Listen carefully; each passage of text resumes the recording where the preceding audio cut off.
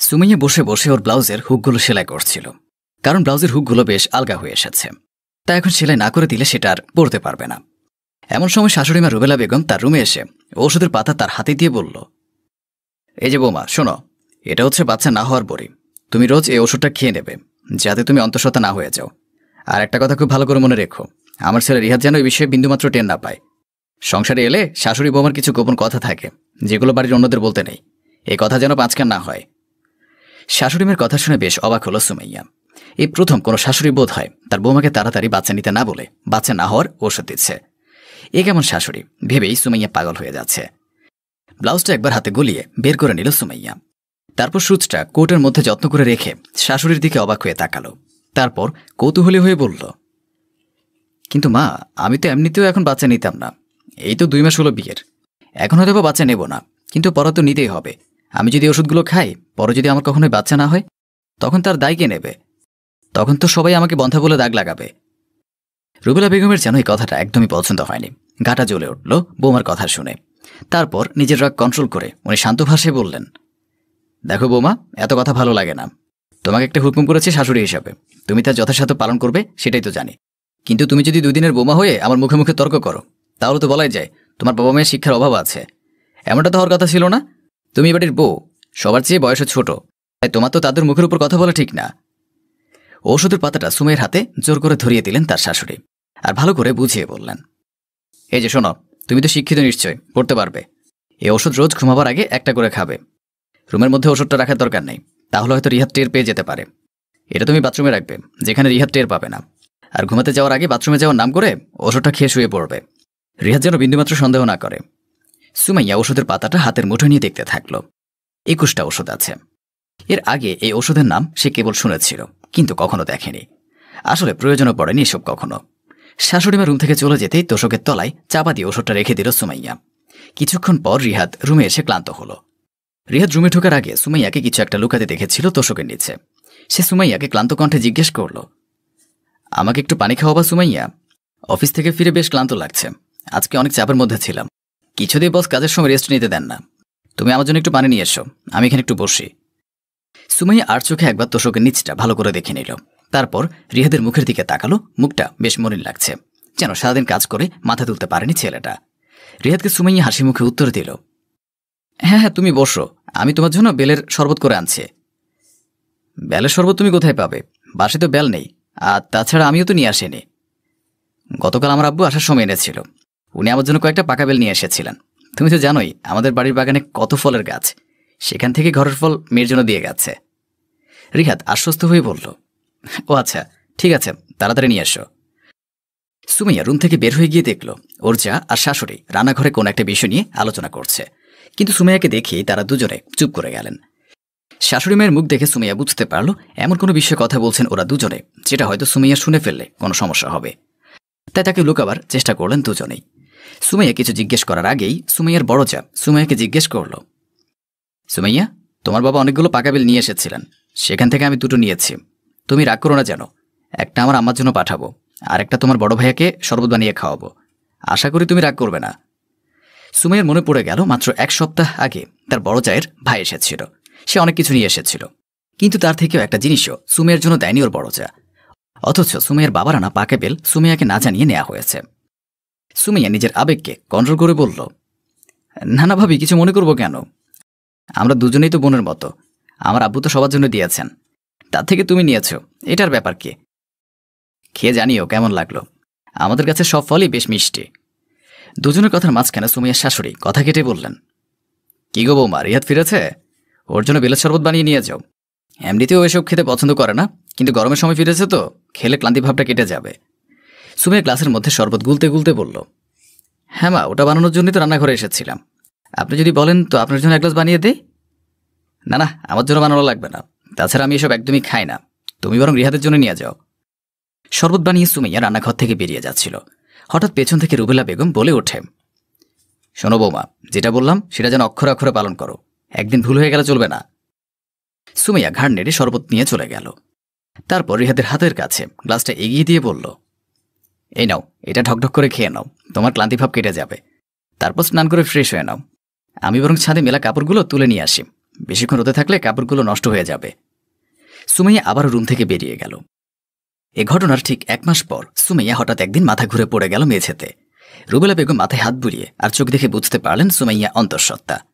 Rubella বেগমের যেন মাথা গরম হয়ে উঠল। তিনি যে ভয়টা পাচ্ছিলেন সেটাই হতে চলেছে। সুমাইয়া সামান্য চোখ খুলে তাকিয়ে দেখে সামনে রুবেলা বেগম। সুমাইয়াকে চোখ খুলতে দেখে রুবেলা বেগম বলে উঠলেন, তোমাকে না বলেছিলাম ওষুধগুলো ঠিকঠাক মতো খেয়ে নিতে, কিন্তু তুমি নিশ্চয়ই ওষুধগুলো খাওনি, তার জন্য আজকে এই পরিস্থিতির সৃষ্টি হয়েছে। আমি তো তোমাকে বারণ করেছিলাম, এখন তোমার মা হওয়া চলবে না, কিন্তু ঠিকই আমার কথার অবাধ্য হলে। সুমাইয়া সামান্য উঠে বসে শাশুড়িমাকে বলল, আপনার দেওয়া ওষুধ আমি প্রত্যেকদিন সময় মতো খেয়েছি। আপনি চাইলে ওষুধের পাতে না আপনাকে দেখাতে পারি, কিন্তু তা সত্ত্বেও আমি কিভাবে অন্তঃসত্ত্বা হয়ে গেছি সত্যি আমার জানা নেই। রুবেলা বেগম ঝাঁঝিয়ে উঠলেন আর বললেন, থামো, মিথ্যা কথা বলা জায়গা পাও না? এটা তোমার বাপের বাড়ি না, বুঝেছ? কই দেখি ওষুধের পাতাটা নিয়ে এসো তো। আমি নিজের চোখে না দেখলে কিছুতেই বিশ্বাস করব না। মনে হয় তুমি সেই ওষুধের পাতাটা ফেলে দিয়েছ। সুমাইয়া নিজের রুমে গিয়ে ওষুধের পাতাটা নিয়ে এসে শাশুড়ি মাকে দেখালো। সেখানের প্রায় সব ঔষধই সুমাইয়া খেয়ে ফেলেছে, অথচ সে ঔষধে তার কোনো কাজ হলো না। তা কিছুতেই বুঝতে পারলেন না রুবেলা বেগম। ওষুধের পাতাটা হাতে নিয়ে রুবেলা বেগম বললেন, এই ওষুধ কি তুমি খেয়েছো নাকি ফেলে দিয়েছ? বিশ্বাস করুন, আমি সমস্ত ওষুধ নিজে খেয়েছি। সুমের কথা শেষ হতে না হতে বাড়িতে ঢুকলো রিহাদ, এবং বাড়ির পরিস্থিতি দেখে সে বুঝতে পারল কি বিষয় নিয়ে ঝামেলা চলছে।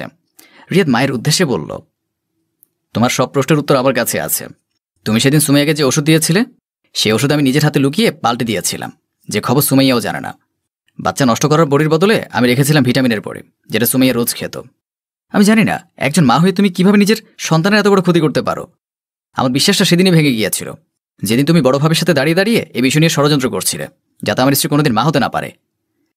রিহাদের কথা শুনে সুমাইয়া কেঁদে উঠল। তার স্বামীকে ধন্যবাদ জানিয়ে বলল, আজ তুমি না থাকলে সত্যি হয়তো আমি কোনোদিন সন্তানের মুখ দেখতে পেতাম না। পারলে আমায় ক্ষমা করো। আমি তোমাকে না জানিয়ে মায়ের কথা মতো নিজের সাথে রোজ অন্যায় করার সিদ্ধান্ত নিয়েছিলাম, কিন্তু তুমি আমাকে বাঁচিয়ে দিয়েছ। আর তোমাকে লুকিয়ে কখনো কোনো কিছু করার সিদ্ধান্ত নেব না, কারণ একজন স্ত্রীর কাছে তার স্বামী হলো সঠিক পরামর্শদাতা।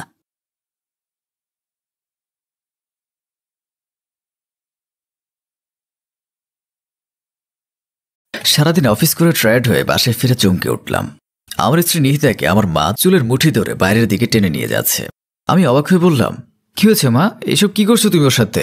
মা রেগে মেগে আগুন হয়ে আমার দিকে তাকিয়ে বলল, চুপ কর হারামজাদা, বিয়ে করে আসছ একটা বিয়েতে তালাক দেওয়া মাইয়া, সমাজসেবার নাম নিয়া, আবার ফকিরের ঘরের ফকির। আমি তো আগেই জানতাম এর তালাক কেমনে এমনি হয় নাই। ওই ছেলের ঘরেও থাকতে বড় কোনো দুর্ঘটনা ঘটেছে। দুর্ঘটনা না ঘটাইলে তার শুধু শুধু তালাক দিব কেন? আমি বিস্মিত হয়ে গেলাম মায়ের আচরণে। কি অদ্ভুত ব্যাপার, এখানে নিহিতার তালাকের বিষয়টা কেন আসছে? আমি মার দিকে তাকালাম এবং মাকে বললাম, কি হয়েছে মা, তা আমাকে খুলে বলো। নিহিতা কি এমন করলো যে তার চুল টেনে ধরে বাইরে নিয়ে যাচ্ছ তুমি? মা তখন রাগে গম গম করে বলল, শোকেসে যে তোর 1 লাখ টাকা ছিল, ওই টাকা থেকে 80,000 টাকা নাই। এই টাকা সে চুরি করে নিয়ে তার মায়ের অপারেশন করছে। কত বড় চোর চিন্তা কর। স্বামী ঘরে থাকতে টাকা চুরি করে বাবার বাড়িতে পাঠানো। এই মেয়ে তো আমি আমার ঘরে রাখবো না। চোর ঘরে রাখলে তো 2 দিন পর সব চুরি করে নিয়ে গিয়ে আমাদের মা ছেলের হাতে লোটা কম্বল ধরিয়ে দিবে, সর্বনাশ করে ফেলবে। ভাগ্য ভালো ঠিক সময় ধরে ফেলছি, নইলে সর্বনাশ হতো। মার কথা শুনে আমি অবাক হলাম। অবাক হলেও আপাতত কিছুই প্রকাশ করলাম না, শুধুমাত্র বললাম, নিহিতা যে টাকা চুরি করেছে তুমি তা দেখেছ? মা বলল, দেখতে হবে কেন, চোর কি কারোর সামনে চুরি করবে নাকি? তবে সে চুরি করছে আমি নিশ্চিত। আমি মৃদু হাসলাম, হেসে বললাম, অতটা নিশ্চিত কিভাবে হয়ে গেলে তুমি এই ব্যাপারে? মা বলল, কদিন আগেই তোর মুখে শুনেছি ওর মায়ের অপারেশনের জন্য 80-85,000 টাকা লাগবে। টাকার জন্য অপারেশনও হচ্ছে না। ও খুব কান্নাকাটি করেছে, বলেছে মা বোধহয় আর বাঁচবে না। অপারেশন না করলে যে বাঁচবে না তা নাকি ডাক্তার বলেছে। এখন তো এটা পানির মতো পরিষ্কার, ওই চুরি করেছে। আমি তখন মাকে বললাম, দেখো মা, মিছে মিছে কাউকে সন্দেহ করা বিরাট দোষ, এটা কখনো করো না। মা তখনও নিহিতার চুল ছাড়েনি। এবার আরো শক্ত করে ওর চুল টেনে ধরে নিয়ে যেতে লাগলো বাইরে, আর বলতে লাগলো, ফকিন্নির মেয়ে, তোর মার কাছে কি মর, এখানে আন না। আর 80,000 টাকা কড়াই গন্ডা হিসেব করে দিয়ে দিস, নয়তো পুলিশ দিয়ে জেলের ভাত খাইয়ে ছাড়বো মা মেয়ে দুটোরে। আমি এবার মার সামনে গিয়ে দাঁড়ালাম এবং জীবনে প্রথমবার মায়ের সাথে উচ্চ গলায় কথা বললাম, মা, ওর চুল ছাড়ো বলছি।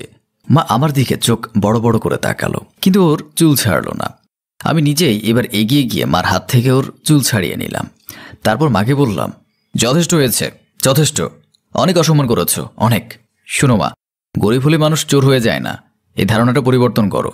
আর তালাকপ্রাপ্ত মেয়ে বলতে যে নষ্ট খারাপ এটা ভাবা বন্ধ করো। তালাকপ্রাপ্ত মেয়ে যদি খারাপ হয় তবে তোমার ছোট বোন স্বামী আন্টিও খারাপ। তাকে তার হাজব্যান্ড তালাক দিয়েছে। কই, তাকে তো কোনোদিন খারাপ বলনি। আর টাকার ব্যাপারে যে বললা ও চুরি করেছে, এটা একটা ভুয়া কথা। মনে যা আসে তাই বলে দিলে হয় না। আমরা সন্দেহ করে অনেক সময় অনেক ভালো মানুষকে অপবাদ দিয়ে ফেলি, শাস্তি দেই, তাদের উপর জুলুম করি।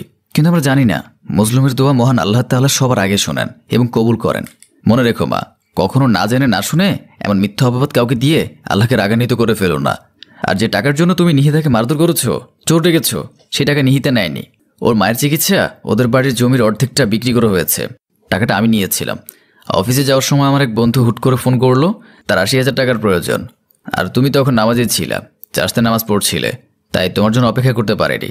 হাতে সময় কম ছিল, অফিসের টাইম হয়ে যাচ্ছিল, তাই দ্রুত শোকেসের উপর থেকে চাবি নিয়ে ড্রয়ার খুলে টাকাটা নিয়ে চলে গিয়েছিলাম। ভেবেছিলাম অফিস থেকে ফিরে বলবো, কিন্তু ঘরে ফিরে আসার আগে তুমি নিহিতাকে মিথ্যা দোষারোপ করে ওর উপর নির্যাতন শুরু করে দিলে। ছি মা, ছি। এই যে এত ইবাদত, এত নামাজ কালাম, দান সাদকা, সিজদা, এসব দিয়ে তো বেহেশতে যেতে পারবে না যদি তুমি নির্দোষ একটা পিঁপড়াকেও আঘাত করো। তবে মনে রেখো, পিঁপড়া কষ্ট পায় কারণ তার প্রাণ আছে। যার প্রাণ আছে সেই প্রাণী। মহান আল্লাহ নির্দোষ কোনো প্রাণীকে আঘাত করলে হাসরের ময়দানে এর হিসাব নেবেন।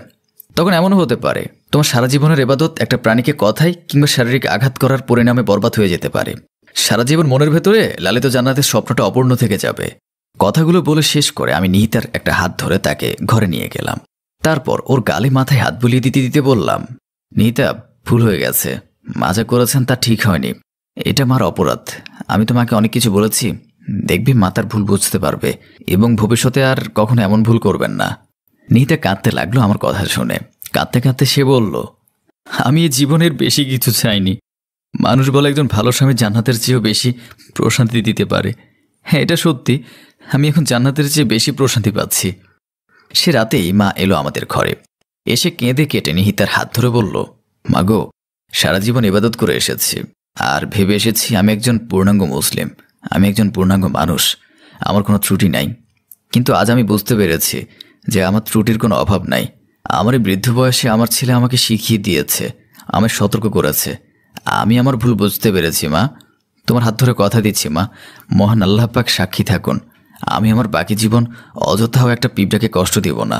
তুমি আমায় মাফ করে দেও মা, আমি লজ্জিত, আমি বড় লজ্জিত।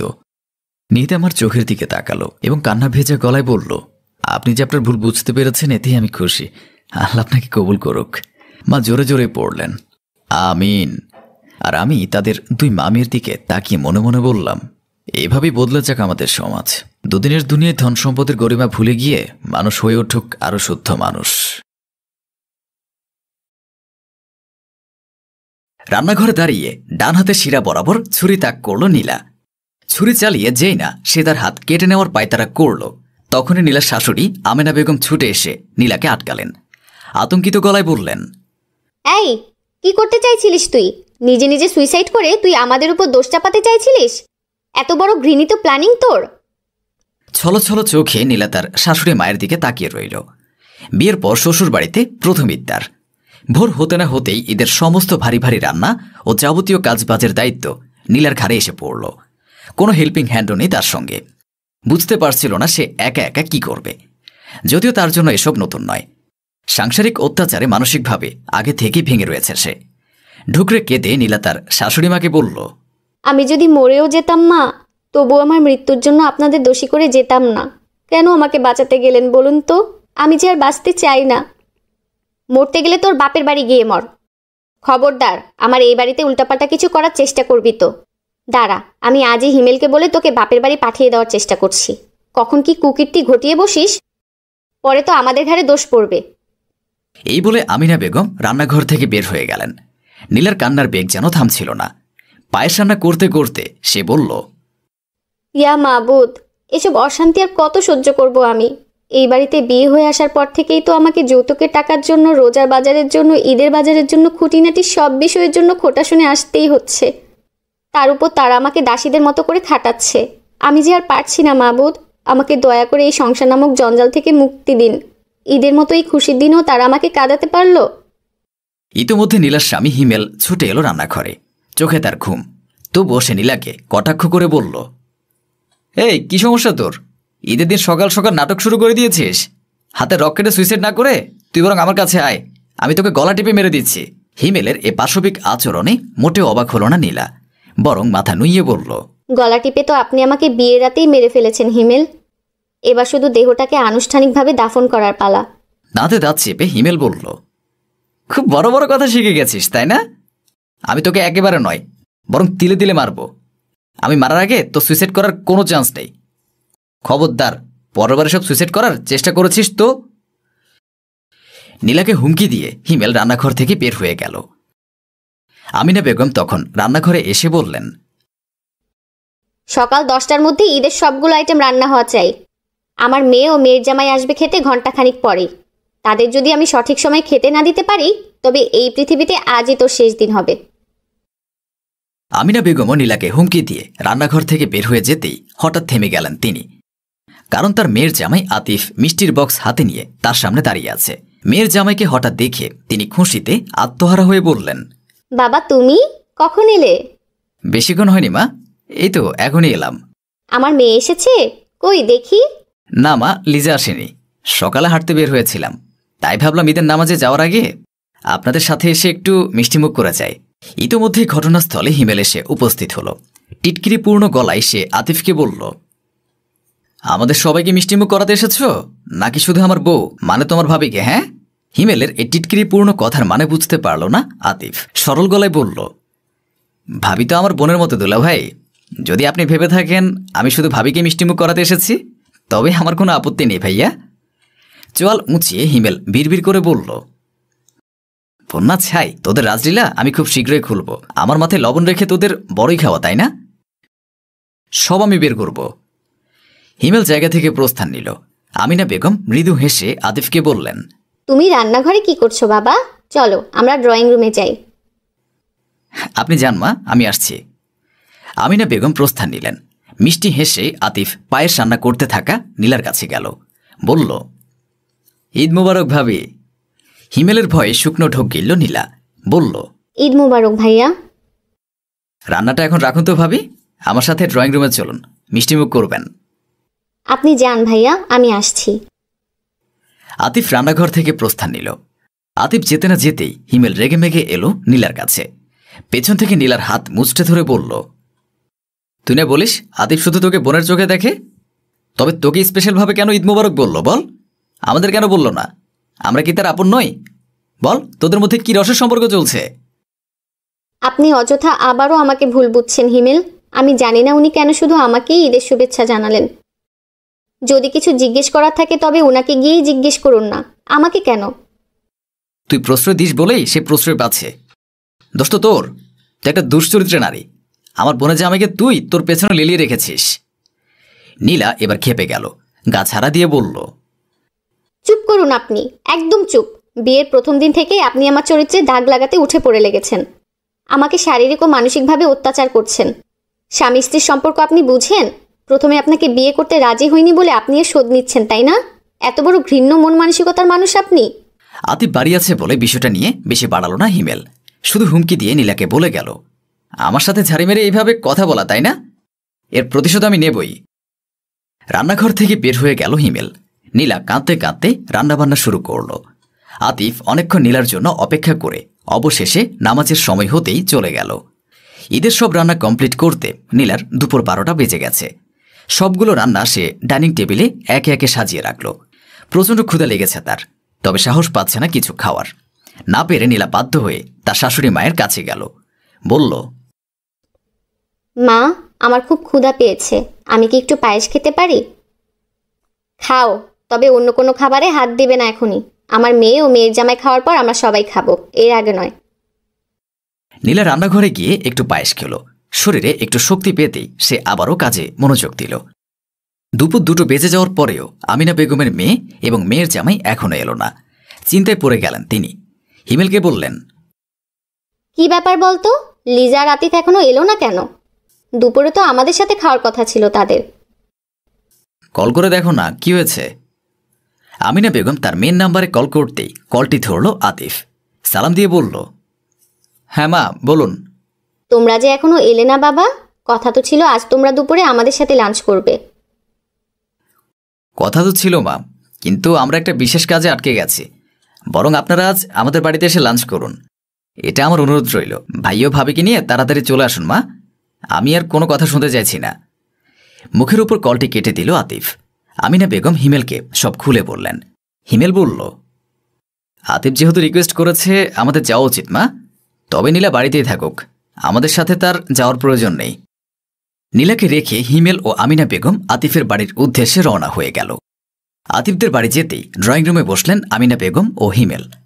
আতিফ হাসি মুখে তাদের পাশে বসল। তবে নীলাকে দেখতে না পেয়ে আতিফ তার শাশুড়িমাকে জিজ্ঞেস করল, ভাবি কি নিয়ে আসেননি মা?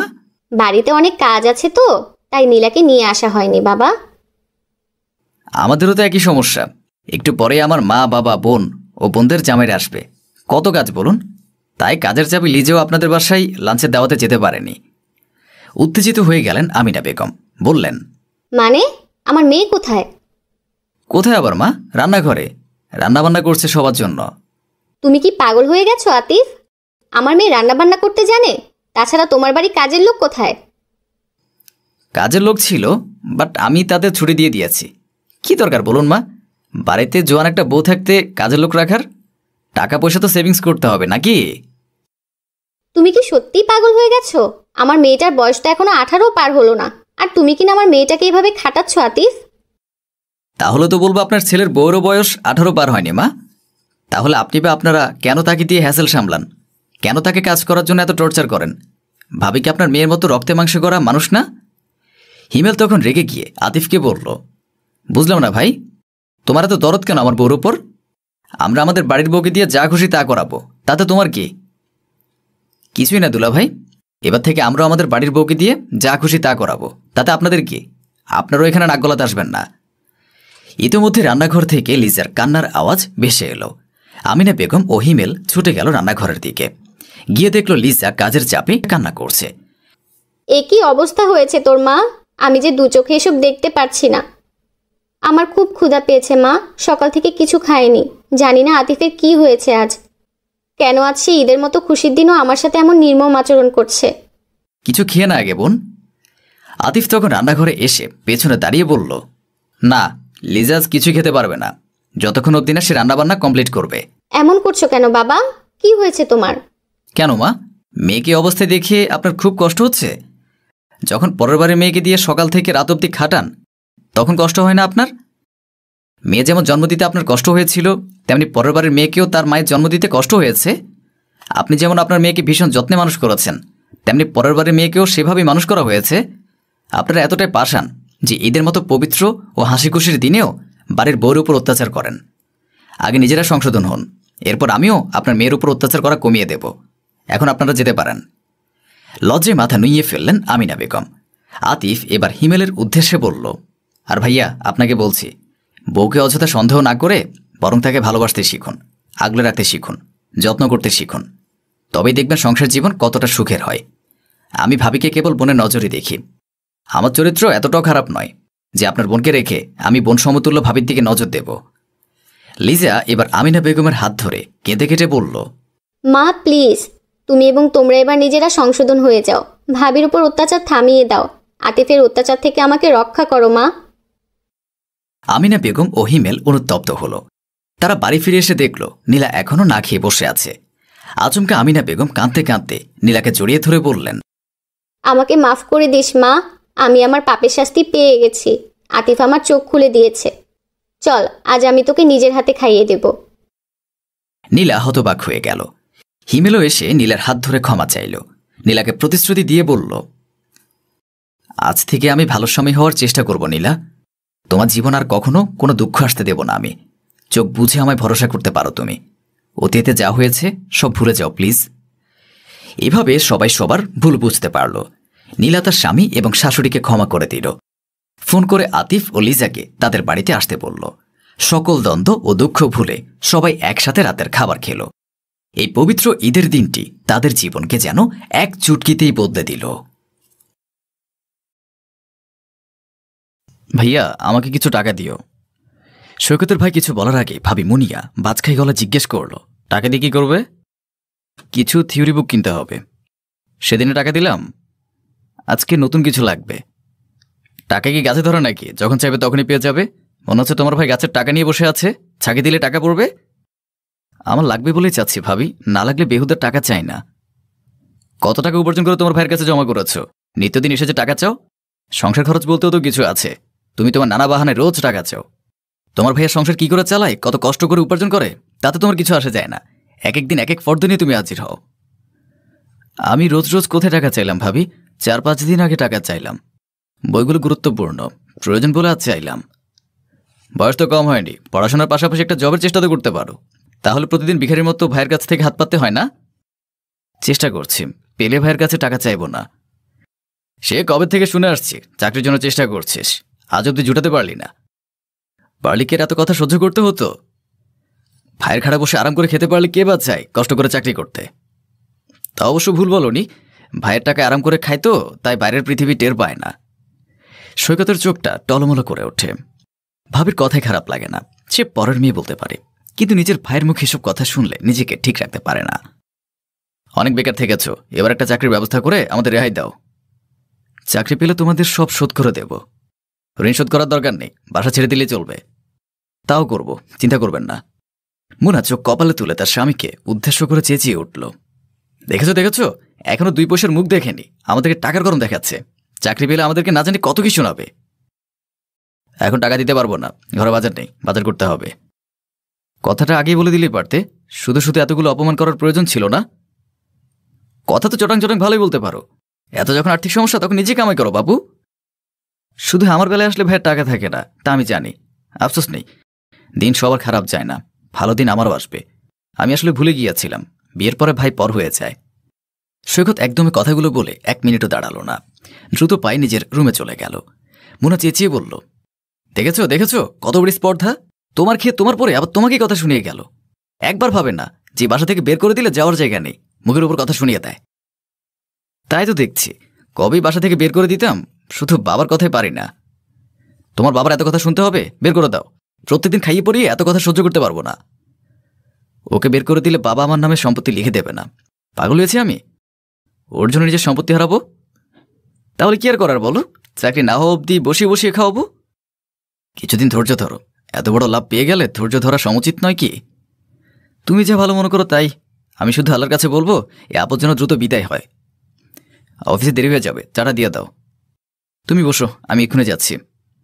মুনা রান্নাঘরের দিকে ছুটল। দুপুরের সময় সৈকতের দরজায় জোরে করাঘাত করছে কেউ। সৈকত ঘুম চোখে দরজা খুলে দেখে মুনা। কিছু বলবেন ভাবি? বলার জন্য এসেছি। বলুন। এ ভর দুপুরে দরজা আটকিয়েছ কেন? পড়তে বসেছিলাম। তুমি কি এবার বিসিএস পরীক্ষা দিবে? জি ভাবি। বেহুদা ভাইয়ের টাকাগুলো নষ্ট করার ধান্দা, যেই পড়াশোনা সে আবার বিসিএস দেবে। আমার বোন এত ট্যালেন্টেড, সে বিসিএস পরীক্ষা টিকতে পারল না, তুমি কি করবে? দেখি আল্লাহ কপালে কি রেখেছে।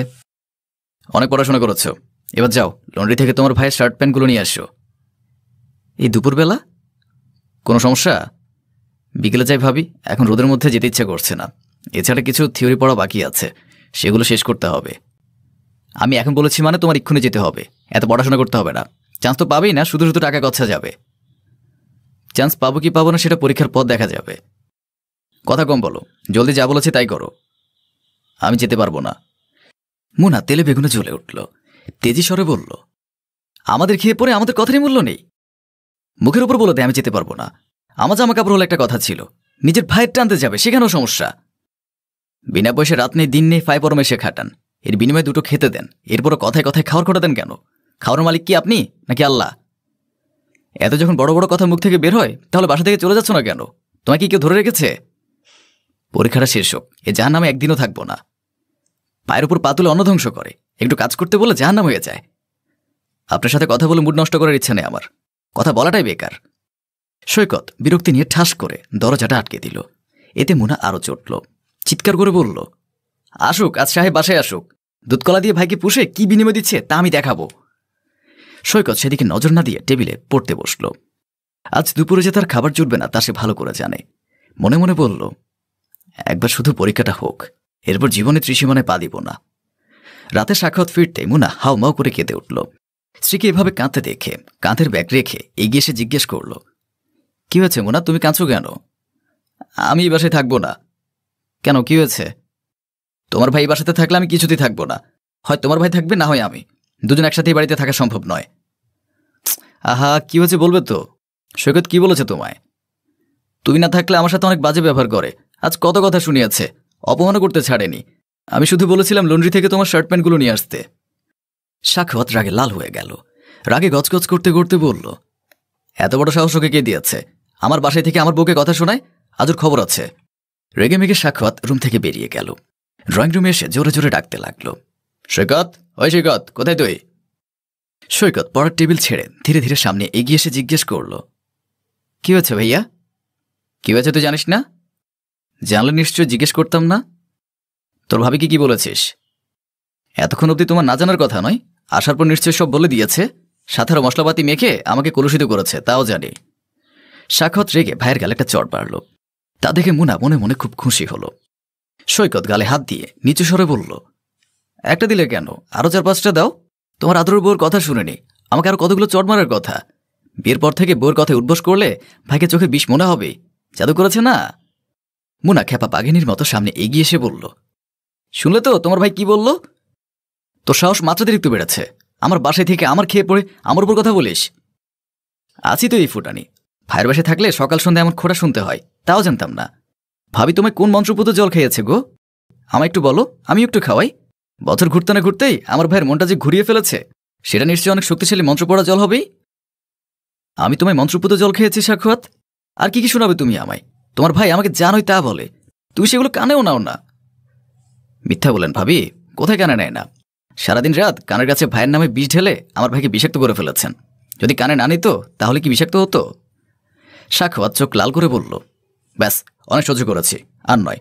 তোকে আমার বাসায় রাখবো না, তুই এক্ষুনি বের হয়ে যা। তাহলে তো তোমার সম্পত্তি হাত থেকে ফুসকে বেরিয়ে যাবে। সাখাওয়াত আমতা আমতা করে বলল, মানে? মানে তুমি ভালো করে জানো। সৈকত একটু থেমে করুণ স্বরে বলল, যে ভাই আমার জন্য নিজের ক্যারিয়ার করতে চায়নি, সে ভাইকে দেখে আমি অবাক হই। বউর কথা কি সুন্দর করে নাচে, সত্য মিথ্যা যাচাই না করে চোখ বন্ধ করে বউর কথা বিশ্বাস করে নেয়। বউকে ভালোবাসা ভালো, তবে অন্ধ ভালোবাসা নয়। তোমার বউ তোমাকে তোমার পরিবার থেকে ছিন্ন বিচ্ছিন্ন করে দিচ্ছে, যা তুমি টের পেয়েও বোঝার চেষ্টা করছো না।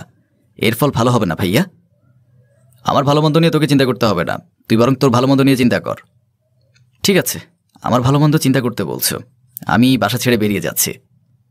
জলদি যাও, এখনো বসে আছো কেন? হ্যাঁ, যাচ্ছি। সৈকত তার রুমে গিয়ে ব্যাগ গোছাতে লাগলো। সাখাওয়াত সেদিকে যেতে নিলে মুনা আটকে দিয়ে বলল, যেতে দাও ওকে। তোমার কি মাথা খারাপ? ওকে যেতে দেব? ও চলে গেলে আমার ভাগের সম্পত্তি হাতছাড়া হয়ে যাবে। বাবা বলে দিয়েছে, যদি সৈকত বাসায় গিয়ে আমার নামে একটা নালিশ দেয়, তাহলে আমি আমার প্রাপ্য সম্পত্তি থেকে বঞ্চিত হব। বাবা এক কথার মানুষ, যা বলবে তাই করে। বলো কি? তোমায় না সেদিন বললাম, তুমি ভুলে গেছো? তুমি এখনো দাঁড়িয়ে আছো কেন? যাও, ওকে আটকাও। সাখাওয়াত মুনা দুজনেই দৌড়ে সৈকতের রুমে চলে গেল। সৈকত ততক্ষণে তার সব কিছু গুছিয়ে ফেলেছে। সাখাওয়াত মিষ্টি সুরে বলল, ভাই, আমাদের মধ্যে যাওয়ার হয়েছে, সব ভুলে যা। এর জন্য বাসা ছাড়ার কি দরকার আছে? সৈকত তাচ্ছিল্যের সুরে বলল, তুমি একটু আগে বললে বাসা ছেড়ে দিতে। রাগের মাথায় বলে ফেলেছে, বাদ দাও না সৈকত। গিরগিটি এত দ্রুত রং বদলায় না, যত দ্রুত আপনারা বদলান। এখন সম্পত্তি থেকে বঞ্চিত হওয়ার ভয়ে আমাকে রাখতে চাচ্ছেন, অথচ কাল আবার এমন ঘটনা পুনরাবৃত্তি করবেন। আমার ধৈর্য শক্তি এমনিতেই কম, আর এত নাটক সহ্য করতে পারবো না। আমার এখন নিরিবিলি পরিবেশে পড়াশোনা করা প্রয়োজন। আসি, আল্লাহ হাফেজ। সৈকত ব্যাগ কাঁধে নিয়ে বেরিয়ে পড়ল। সাখাওয়াত মুনা শত চেষ্টা করেও ওকে আটকে রাখতে পারল না। সাখাওয়াতের মাথায় হাত, এবার তার হাত থেকে সম্পত্তি খসেই যাবে। আপনার ছেলে নেশা করে, এই কথা লুকিয়ে বিয়ে করালেন মা? হামিদা বেগম সবে এশার নামাজ পড়ে জায়নামাজ গুছিয়ে উঠেছেন। তখনই পুত্রবধূ রাকা ওনার রুমে এসে প্রশ্নটা করে। হামিদা বেগম আটকে ওঠেন, তবে সত্যিটা পুত্রবধূ জেনেই গেল। হামিদা বেগম চকিতে রাকার হাতটা টেনে বিছানায় বসালেন, বললেন, কি বলছো মা? আমি কেন এরকম কিছু লুকিয়ে বিয়ে করাবো? তা নয়তো কি মা, বিয়েটা তো আপনার তদারকিতেই হয়েছে। আমার মা বাবা আপনার ভরসাতেই বিয়েটা দিয়েছে, তাহলে এমন কেন করলেন মা? আপনার ছেলে নেশা করে, নেশা জাতীয় সব জিনিসই শেখায়। এই সব কিছু কি আপনি মা হয়েও আপনার ছেলের বিষয়ে নিশ্চয়ই অজানা ছিলেন না? হামিদা বেগম মাথা নিচু করে নিলেন রাকার কথা শুনে। রাকা তাচ্ছিল্য বড় হাসি হাসল, এরপর বলল, আপনার মেয়েকে নিশ্চয়ই এরকম কোনো ছেলের হাতে তুলে দিতেন না, অথচ পরের মেয়েকে ঠিকই সবটা আড়াল করে বিয়ে করিয়ে নিয়ে আসলেন। হামিদা বেগম রাকার কথা ফুরাতেই তার হাত দুটো জড়িয়ে নিল মুহূর্তে। অঝরে কেঁদে দিয়ে বললেন, আমার ছেলেটাকে তুমি ভালো পথে আনো মা। একটা ছেলেকে তার স্ত্রী চাইলেই ভালোবাসা দিয়ে ভালো পথে ফেরাতে পারে, চাইলে তুমিও পারবে। যদি তা সম্ভব না হয় তবে তুমি যা বলবে তাই হবে। দরকার পড়লে আমার ছেলেকে ছেড়ে যেতে চাইলেও আমি বাধা দেব না তোমায়। চাইলেই তো সম্পর্ক ভাঙা যায় মা, গড়ে আগলে রাখে কজন? এই সহজে বলে দিলেন ছেড়ে দিতে চাইলে ছেড়ে দিয়ে যেন চলে যাই, কিন্তু আমি যে ছেড়ে চলে যাব, তখন যে ডিভোর্স তকমাটা আমার নামের পাশে জুড়ে যাবে, এটা কি একবারও ভেবেছেন? আর একজন ডিভোর্সি মেয়েকে এই সমাজ কি নজরে দেখে? আপনার কি তার সম্পর্কে ধারণা নেই? আমার সব কিছু সম্পর্কেই ধারণা আছে বৌমা, কম কিছু দেখে এই বয়সে পৌঁছাইনি। কিন্তু ওই যে দিন শেষে আমি মা হিসেবে ছেলের ভালো চাইতে গিয়ে বিয়েটা করিয়েছি। আমার চেনা পরিচিত সব আত্মীয় মানুষজন বলেছিল বিয়ে করালেই বউয়ের দায়িত্ব আর সান্নিধ্যে ভালো হতে পারে। সেজন্য চেষ্টা করেছি আমার ছেলেকে ভালো করার জন্য। আপনার ছেলের ভালো চাইতে গিয়ে পরের মেয়ের ক্ষতিটা করতে আপনার বিবেকে বাঁধেনি মা? এইভাবে বলো না বৌমা, আমার নিজেকে ক্ষমা করতেও কষ্ট হবে। অপরাধটা করার আগে এই বিষয়টা ভাবা উচিত ছিল মা। আমার কথাটা একটু রাখো বৌমা, তুমি একটু একটাবার চেষ্টা তো করতে পারো। প্লিজ আমার এই কথাটা রাখো। অনুরোধ করতে হবে না মা, বিয়ে যখন হয়েই গেছে এটাকে অস্বীকার করার জো নেই, তাই নিজের কথা ভেবে হলেও আমি চেষ্টা করব। রাকা উঠে চলে যায় রুম থেকে। হামিদা বেগম দীর্ঘশ্বাস ফেললেন। হয়তো তিনি ভুল করেছেন সবটা আড়াল করে ছেলেকে বিয়ে করিয়ে। না, ভুল নয়, একটা মেয়ের জীবনই হয়তোবা নষ্ট করলেন। এটা অপরাধ থেকে কোনো অংশে কম নয়। রাকা নিজের রুমে চলে আসলো। বিয়ের আজ 1 সপ্তাহ হয়েছে, আর 1 সপ্তাহ হতেই তার স্বামী মাতাল হয়ে বাসায় ফিরেছে। কি সৌভাগ্য তার, এটাও দেখতে হলো। কত আশা, কত স্বপ্ন সাজিয়ে শ্বশুর বাড়িতে এসেছিল সে, আর সব স্বপ্ন এক মুহূর্তে শেষ। তার বাবার বাসা থেকে শ্বশুরবাড়ির এলাকাটা বেশ খানিকটা দূরে। নয়তো ছেলের সম্বন্ধে খোঁজ খবর নিয়ে বিয়েটা হতো হয়তো। দেখতে গিয়ে পছন্দ করে বিয়ে করে নিয়ে আসা হয়েছে তাকে, যার ফলাফল আজ জানতে পারল তার স্বামী নেশাখোর। এই যে মদ খেয়ে মাতাল হয়ে বাসে এসেছে, এরপর মাতলামো করে তাকে গালমন্দ করেছে। বিষয়টা ঠিক যে কতটা অসম্মানজনক তা একজন নারী ভালোমতো বুঝবে। রাকা হতাশা একটা দীর্ঘশ্বাস নিল। এরপর স্বামীর পায়ের জুতো, হাতের ঘড়ি, গলার টাই খুলে বিছানায় ঠিক করে শোয়ালো। নিজের স্বামীর পাশে শুলো না, সোফার এক কোণে গুটিসুটি মেরে শুয়ে পড়ল। পরদিন সকালবেলা মিশকাতের ঘুম ভেঙে যায় নারী কণ্ঠের সুমধুর শব্দে কোরআন তেলাওয়াতের সুর শুনে। মিশকাত মাথায় হাত দিয়ে উঠে বসল। মাথাটা প্রচণ্ড ভারী হয়ে আছে। বিয়ের আগে থেকে রোজ নিয়ম করে অফিস শেষে নেশা করে বাড়ি আসত। মায়ের অনুরোধে বিয়ে করেছে সে, নয়তো বিয়েই করত না সে। বিয়ের জন্য 2 সপ্তাহের মতো সে নিজেকে আটকেছে নেশা থেকে। গতকাল রাতে আর নিজেকে আটকাতে পারেনি। উঠে পড়েছেন? মাথা যন্ত্রণা হচ্ছে? লেবু জল এনে দেব? মিশকাত নিজের চিন্তাভাবনার মাঝে রাকার বলা কথাই হক চকিয়ে যায়। রাকার দিকে তাকিয়ে মাথা এলিয়ে বলে, প্রয়োজন নেই, আমি ঠিক আছি। না, আপনি ঠিক নেই।